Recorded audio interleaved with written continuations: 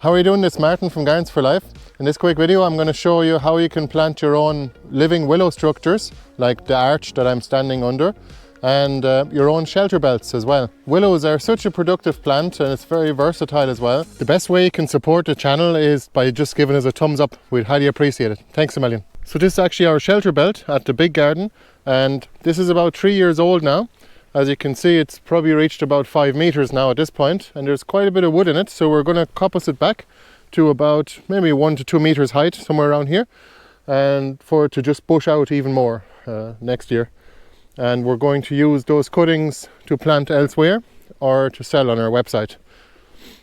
And you can see here, I mean, they are fairly flexible, so you can use them for all sorts of different applications, even if you were to dry them and actually use them as material for various different projects. And you can see here the stems have gotten fairly substantial. That one is probably about 4 or 5 centimeters in diameter. It's really important to note that these actually haven't been mulched. The grasses actually slow down plants and trees as they grow, and they're probably taking away nutrients from the tree itself, probably even sugar from its photosynthesis. So what we're going to do now is we're going to, this winter, actually mulch all of this.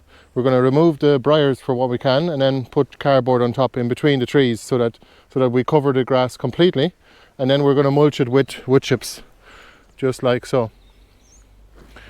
You can see here there's 10 centimeters of wood chips here, and the wood chips will actually break down over time and actually feed the trees slowly as well.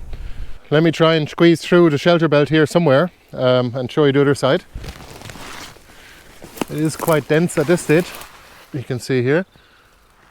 And that's only about 1 meter wide, but we're actually going to widen it even more on this side here by planting fruit trees.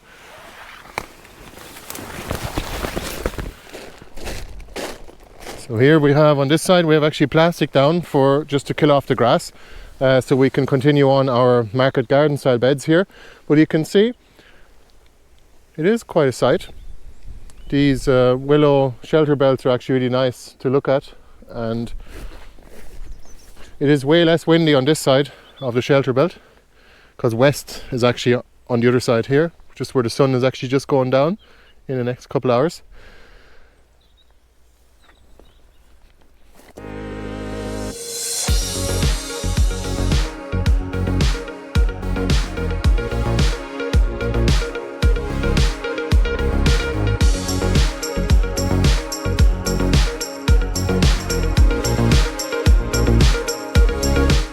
We have roses all around here, and on this side here we have roses actually climbing up the willow igloo, and we're hoping that they'll actually cover the top of it with flowers eventually. With the actual excess above, you can see that's what grows out the top of the willow arch.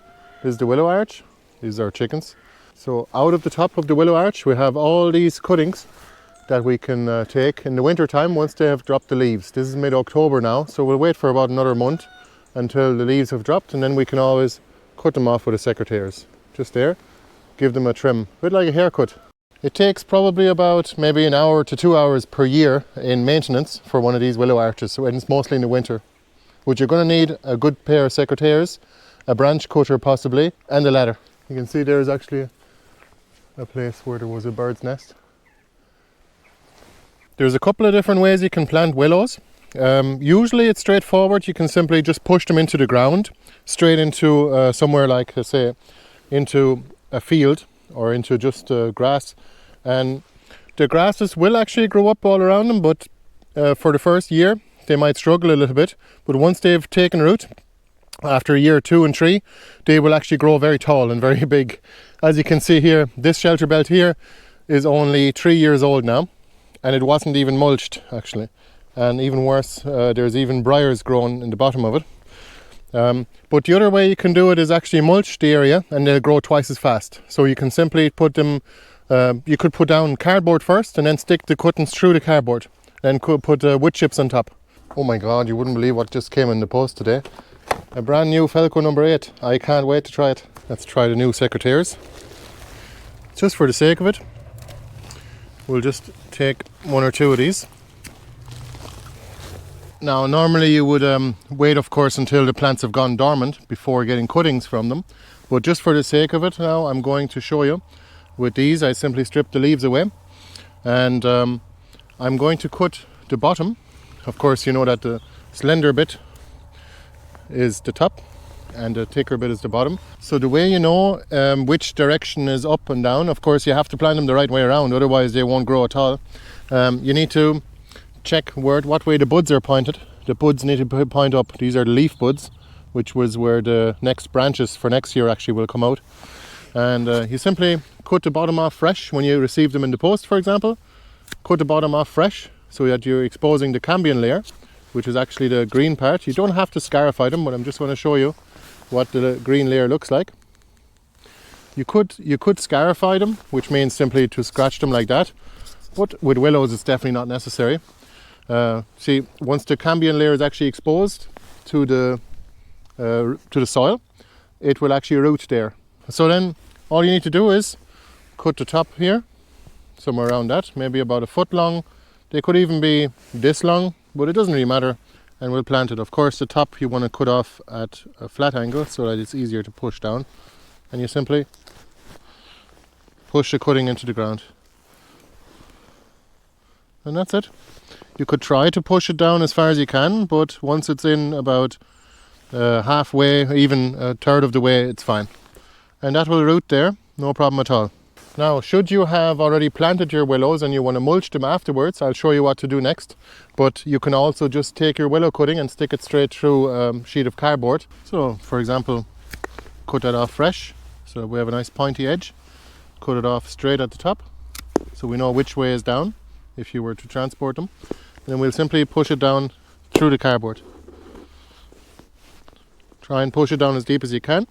Of course, if you were wearing gloves, you'd be able to push it down further. But that's it, and that'll grow into a new tree, and the grasses underneath will actually get smothered. Of course, you want to hold down the cardboard, say with wood chips, for more permanent covering, so that it'll last for years and years.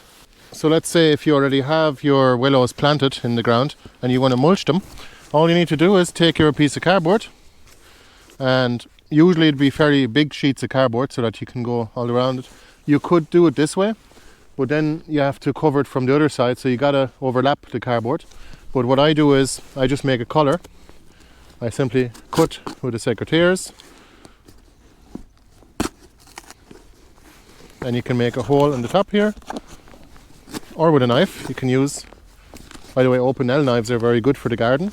Then you can make a collar just like so, and then you can put it on like that.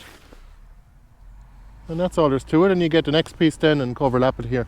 By the way, I love the new secateurs. I've never had a brand new Felco secateurs before, but I can only recommend them. I'm not being sponsored by them, by the way. I wish I was, but I've had to pay with my own money. And check it out, worth every penny. And it'll last for years and years as well.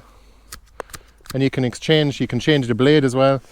Definitely well worth a go, and it's totally ergonomic, so that means you can actually hold it very well and it will not tire out your hand. Especially the bees and bumblebees and all the other early bees that actually come out, and pollinators as well, would come to look for food in our garden, and usually they'll find some flowers, but of course the willows have nectar in abundance.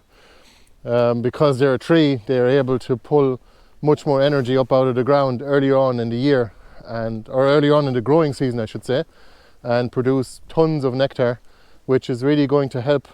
And if you can bring the insects in to your garden, and the pollinators in particular, then they might actually stay in your garden if you can provide them with food and shelter.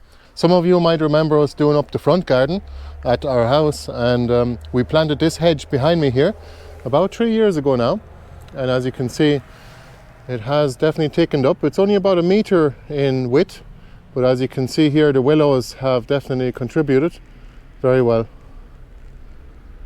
giving us a bit of privacy, but also a lot of shelter from the wind as well. And of course, when you block the wind and you shelter your house, you can actually save a lot of your heating costs as well. Here's another one of our willow tunnel, you could say. And it leads down into our raspberry central, as we call it. It's just a raspberry jungle. It makes the garden a bit more mysterious by putting the willow arches in between different sections of the garden, for example perennial areas and production or annual areas as well. Thanks so much for watching the video, guys, and if you have any comments or any questions, please let us know below. And if you're looking for any cuttings, please check out our website. We have willow cuttings available on pre-sale at the moment, and there's still an early bird 21 discount code available for 15% off. Thanks a million, and we appreciate your support. All the best. Bye bye.